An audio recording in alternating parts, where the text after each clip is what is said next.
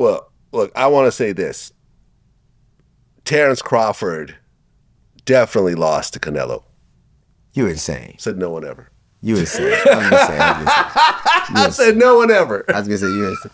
I was getting ready to leave. I was like, what the fuck is he talking about? That fight was so one-sided. It was. Man. And you know something? Because according to the odds, Canelo was supposed to win. Big and strong, yeah.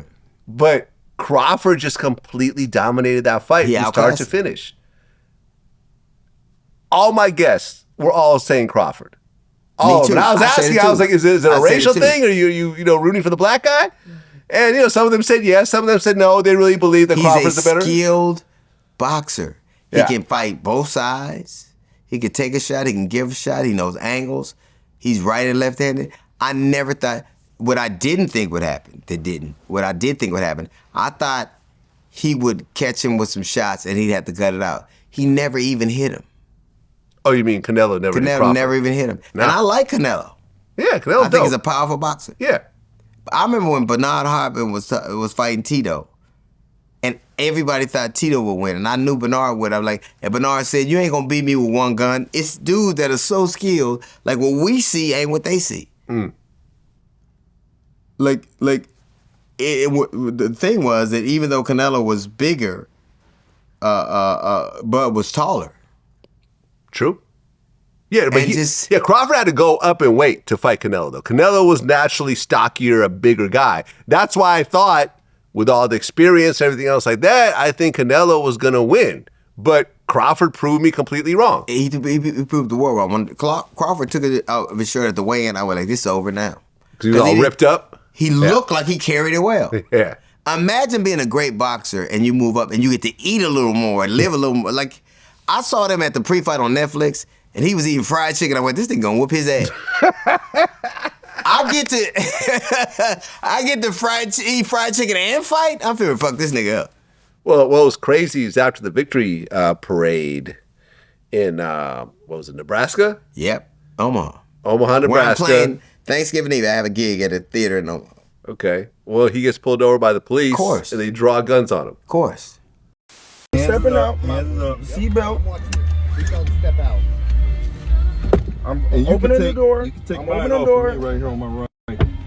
I'm keeping my fucking hands up. I'm not reaching for no gun, bro. Step out. Can I move my phone? Yeah, that's crazy. Was he actually leaving the parade when that happened? I can't tell you. Here's the thing about this country. The more things change, the more they stay the same. June 1st, 1921, in the Greenwood section of Tulsa, Oklahoma, a riot breaks out in Black Wall Street, right? White people get in planes and throw fire bombs at black people. It was the first time an American city was bombed from the air. And 300 people died, many of them children. First time. The second time it happened was Operation Move in 1985 in Philadelphia, where the Philadelphia police dropped a military-grade weapon on an apartment building on Osage Avenue and killed 12 people, 5 were children. September 30th, 2025, at an apartment building in Chicago, the military raised that building and takes children out, naked children out in handcuffs. The more things change, the more they stay the same. They don't know who Bud Crawford is. They know he's a nigga. And we need to stop pretending like that's not the legacy of who we are. We are who we are.